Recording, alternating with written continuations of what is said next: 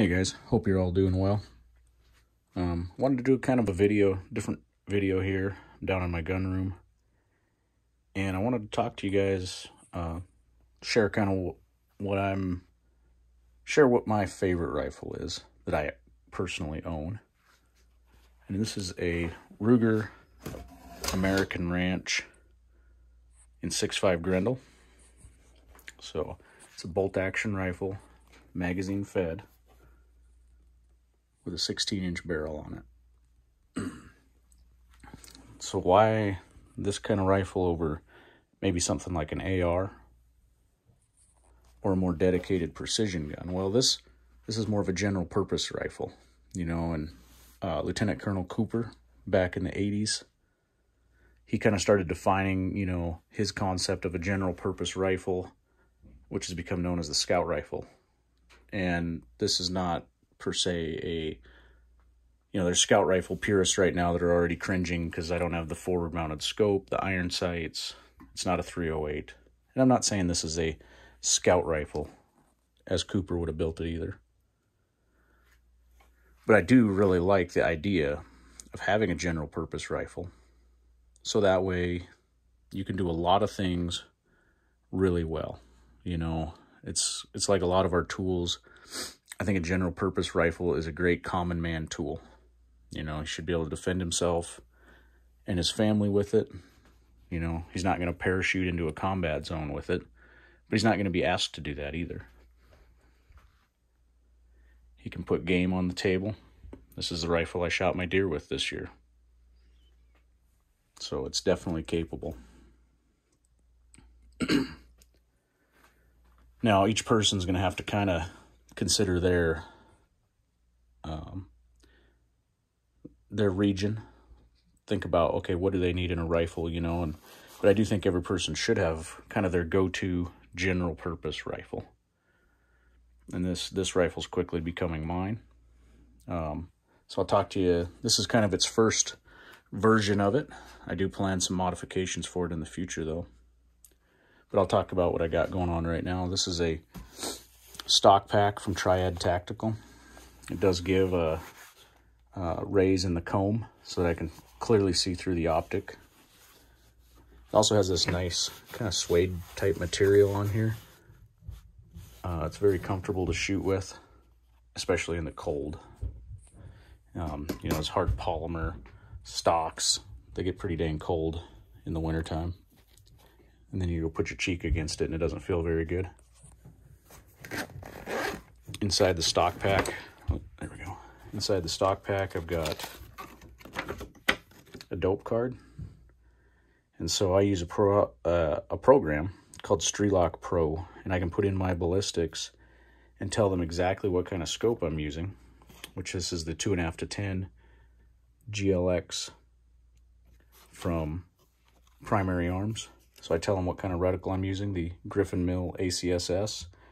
And with my ballistics, it prints out a picture of all of my bullet drop and with windage for 2, 5, and 10 mile an hour full value winds. So I've screenshot that and then added a traditional kind of data table off to the side. So I keep that card in there. I've got a 6.5 millimeter bore snake. And then a small box, little old Maglite. I like these little old boxes for just keeping spare batteries. I keep a 6.5 millimeter bore brush and the Allen wrenches for my optic. That just all stays with this rifle since they're all specific for this rifle. Now, the bore brush, because in my day pack I always keep a set of rifle cleaning rods, I can take that 6.5 bore brush, stick it on my rods, and now I can clean the rifle in the field if I have to. But I do that for every one of my rifles. So every one of my rifles has their own caliber-specific bore brush that I can then just put on the cleaning rods. So moving up from the stock pack, like I said, I've got the 2.5 to 10 optic. You know, these are a great fit for a general purpose rifle. Primary Arms does a fantastic job with their ACSS reticles at low power. It's still very usable, with a lot of design features making it good at close range. And then when you crank it up to 10 power, this particular model has the Griffin mill reticle, which is a mill grid. So you can shoot very precisely, and it also has very good turrets should you decide you want to dial. It's also adjustable for parallax and illumination settings over here. Right now it's in a set of medium Steiner rings, but I'm looking at, I want all my optics to be quick detachable in the future. So while these rings have been just fine, they'll probably get swapped out for some like quick detach tallies or Warrens, something like that. Pretty much magazine wise, I use 15 round magazines. Now, if you don't know much about the 6.5 Grindle, I'll educate you here. So 6.5 Grindle came out in the early 2000s. And basically, what it is a go-between between the 5.56, that's this green one, and the 308. And so it's a rifle cartridge that is nearly as powerful as a 308 in a length the same as the 5.56. And so the original 6.5 Grindle rifles were actually 5.56 ARs that were converted with a different bolt and a different barrel. So you can actually have a rifle nearly the size or nearly as powerful as a 308 in the size of a 5.56 AR. So why am I running it in a bolt gun? Well, it really comes down to size and weight. So here I've got a few magazines. I've got a 10 round 6.5 Grindle mag. We'll set it there. So I've got a 10 round and a 15 round 6.5 Grindle magazine. I've got a 30 round AR-15 magazine, 5.56, and a 20 round 308 mag. Now you can see from here, there's a considerable size difference from the 308 to the 6.5 Grindle.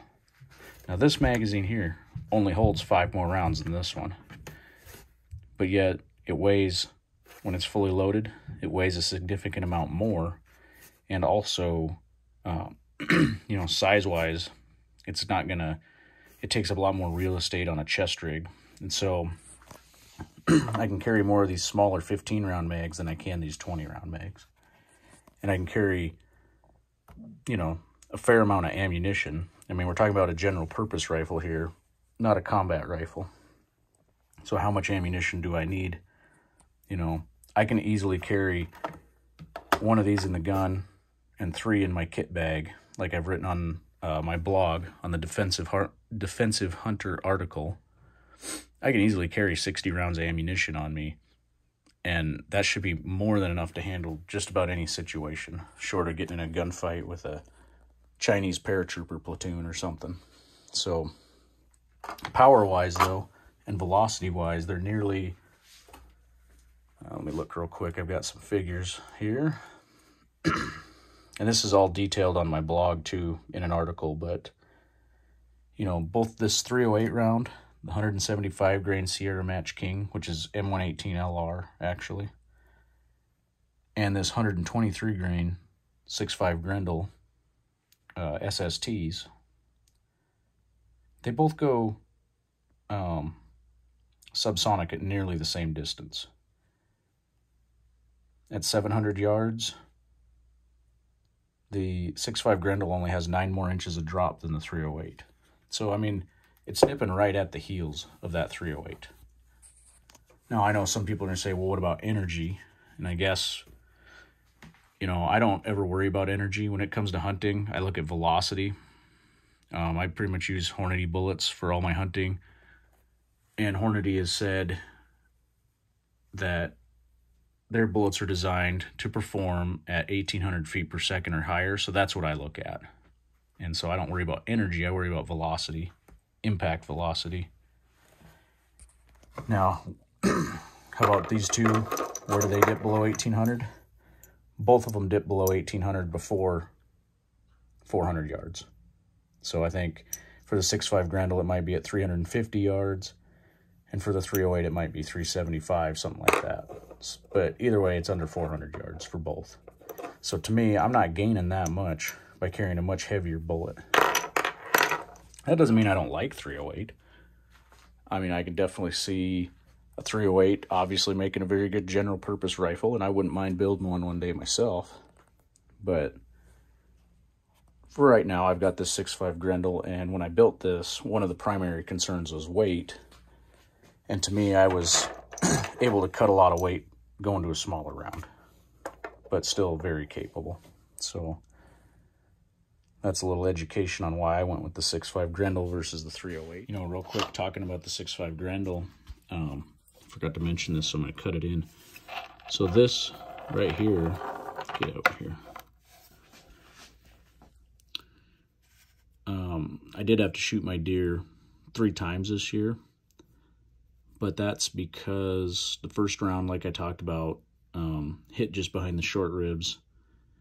I think that was because I held too much for wind, and he was moving when I fired, and the round struck just behind the short ribs. Like I said, that animal was going to die for sure with that shot. He walked about 20 yards, laid down, perfectly broadside to me. So I pulled the wind call off, shot him again, and that time that hit him right through the lungs. And then, like I said in the video, by the time I got worked around that hill and got down to him in the dark, he was about 20 yards away. And I did put one more into his chest cavity, and that killed him instantly. That took him out. So this bullet here was the round 2. This was the one that went through the ribs, through the lungs. And as I was skinning the deer, this was underneath the hide on the back side. Now these are 123 grain SSTs. This bullet, this lead slug, weighs 61 grains. So about half the weight of the full bullet. So I think that's pretty good. You know, it went all the way through the animal broadside and ended up on the backside, tucked under the hide, which is exactly what Hornady says their bullets are designed to do. This bullet, I think the deer was about 225 or so yards away when I shot him with this bullet. And so he was well, you know, we were well above that 1,800 feet per second threshold that we talked about. And so, you know, for those worried about energy, well, I don't know, it killed my deer, and he was a pretty big bodied mule deer. So any whitetail or smaller mule deer. Now elk, I wouldn't, I mean, could it kill an elk? Of course it could kill an elk, but if I was going elk hunting, I wouldn't be using this. I would like to build a more general purpose rifle, basically using a 308 Ruger American Predator, and basically set it up exactly the same as this one for going up into the mountains, you know, whether I'm worried about bears or elk hunting. I wouldn't mind going to a 308 just to get that extra power. Like I said, this isn't exactly equivalent to a 308, but it's pretty close. But, you know, sometimes you may want the full power also of a 308. So anyways, just thought I'd add that in. So continuing on with the rifle itself, how it's set up.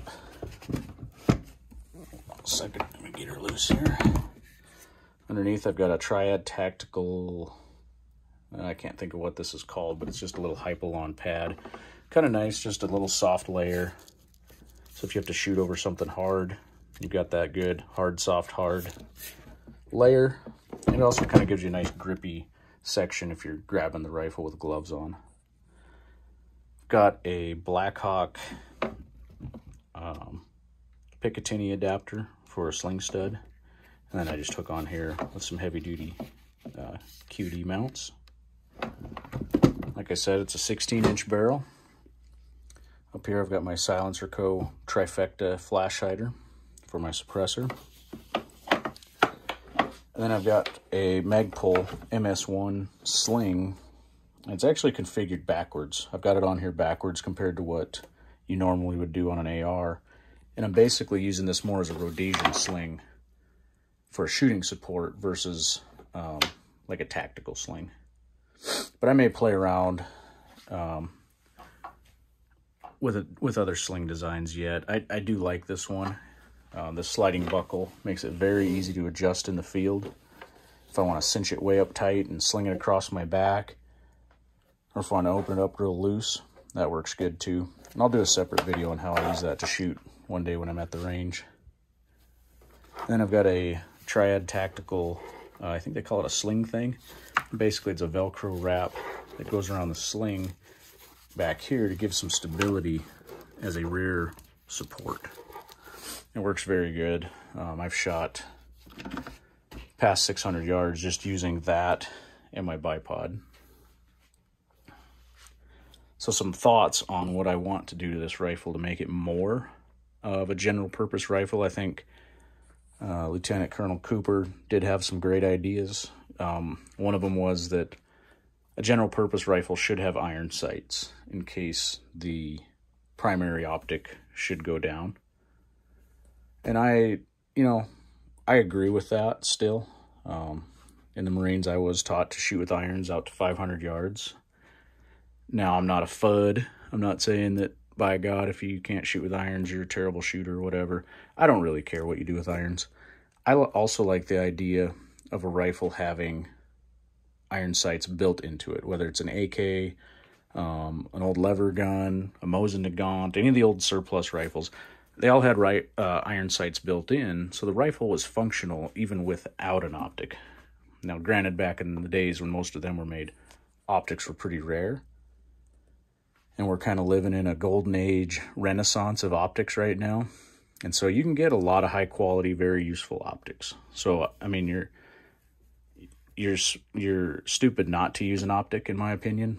But at the same time, for the life of this rifle, I like the idea of having iron sights built into it. So no matter what, it's always useful, at least for, closer range defensive purposes. And so to rectify that, Skinner Sights makes a 12-inch, what they call a scout rail. And so it's a pick rail that goes all the way down. It's 12 inches long. It'll come to about here. And machined into that on the rear is a ghost ring with an aperture sight screwed into it. And then a A2 style front sight post that's adjustable so you can get it zeroed in good. And I think that'll be a slick setup. It'll be a full-length pick rail across the top. And what that'll allow me to do is, if my optics are mounted in QD mounts, now I have the option to either use this more dedicated long-range style scope, or, like Cooper advocated, I can use a forward-mounted lower power long eye relief scope, similar to what most scout rifles have. And that's something I honestly haven't done much of, and I'm kind of curious to do some work like that, because I do think for a general purpose rifle, I think that's a very smart idea. So real quick, guys, I'm just doing a kind of a hasty, quick little experiment here. So like I was saying, that new Skinner rail's coming in this week, and I'll be taking this to the gunsmith to get it installed. And so I'm going to remove my current scope and scope base. And I got the idea, one of the things they talk about with a scout rifle is with that forward-mounted optic, it changes the balance of the rifle. Now, I personally have never handled and shot a scout rifle, so I'm not familiar with what that feels like. And I thought, I wonder if it makes that much of a difference. Now, I've carried and shot this rifle a lot with the scope mounted in its position in the rear, and so I know how it feels. I know how it comes up and feels. So I put a full magazine in, and I just used the rear ring and fastened the scope to the front of the scope base. Now, this isn't even as far forward. Let me flip around here. Now, one thing with this is not as far forward as a normal scout scope would be. You can see the rear of the ocular on the rifle is here. From what I understand, a good long eye relief scope on a scout rifle is actually set up where the rear of the ocular is here. But because of the shortness of this base, this is the best I can do. And honestly, I can tell you right now, just handling this, I like it. I like it a lot. It does change the balance. the way the rifle comes up. It has I don't know, just a different feel to it, and I really do like it. So it's going to be interesting. I might be a scout rifle convert here.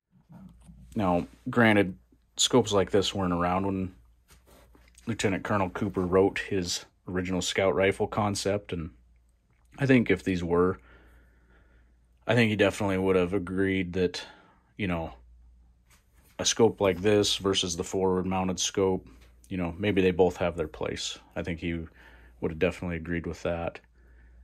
Hilux, Leatherwood Hilux, they're a smaller scope manufacturer. I bought one of their first low-powered variable optics probably 12 or 13 years ago. And honestly, it's a good scope. I haven't used it in the last few years, but it was always a good scope. They make a forward-mounted, or they make a long eye relief scope designed for this concept with a BDC reticle built in for 308, and I think that's the scope I'm going to go with. It's pretty inexpensive, and I'll put them in a, like I said, a set of QD rings. So I kind of have the option, you know, if I want more precision, if I'm worried about shooting out to the max potential of this rifle, this is probably a better scope for that. But if I'm looking for something lighter, that balances easier to carry, that's still, you know, pretty useful out to say 300 or 400 yards, then I feel like that long eye relief scope might be an option. So it'll be a fun project to play with. The mount's coming. I'll have to take it to the gunsmith and have 2 bolt holes drilled and tapped up here for the front end of the mount. And then one other thing I think that'll be interesting with having that full-length pick rail is I might be able to, depending on how things lay out, actually use a 90-degree Picatinny adapter and be able to mount a weapon light on here. Not something I am going to roll around with all the time, but if you're talking about using a firearm for defensive purposes, being able to use it at night is pretty important. And so being able to mount that weapon light, I think, is something that it wasn't in the original general purpose / scout rifle concept, at least not anywhere that I've ever read, but I think we have that capability now, and so it's something we should be able to plan for without going to a full, you know, I could throw this thing in a chassis and have pick rails all over it, but I don't want to do that. I actually like this stock. It's ugly, but, you know, it's an ugly polymer stock. But you know what? It functions well. It's got the built-in mag well. The ergonomics back here, this section to me is a little thin. I wouldn't mind having a little more material here, so I have more of a vertical grip here. But, you know, other than that, it carries nicely. It's very lightweight, and from what I've been able to research on the internet, so take that for what it's worth, there's really not much of an accuracy improvement by going to any sort of chassis or other style of stock. It's a good stock. It's got aluminum bedding in here, and it shoots good. So to me, it's like, I don't really see the point in wasting the money, and more importantly, adding extra weight that I don't really need. And so I think this rifle, if I remember right, loaded, it's coming in around 7 1/4, 7.5 pounds, somewhere in there. So, you know, it's not ultra light, but it's not bad. You know, I'm still running a steel barrel. I haven't gone to carbon fiber. I'd thought about that for a while, but honestly, I just like the durability of the carbon steel. And if I ever really wanted to, I could have this fluted. It's kind of a medium profile barrel. So that might be something when I'm at the gunsmith, we might have a discussion on that. It should be easy enough for him to take it apart. Ruger Americans just use a barrel nut similar to an AR.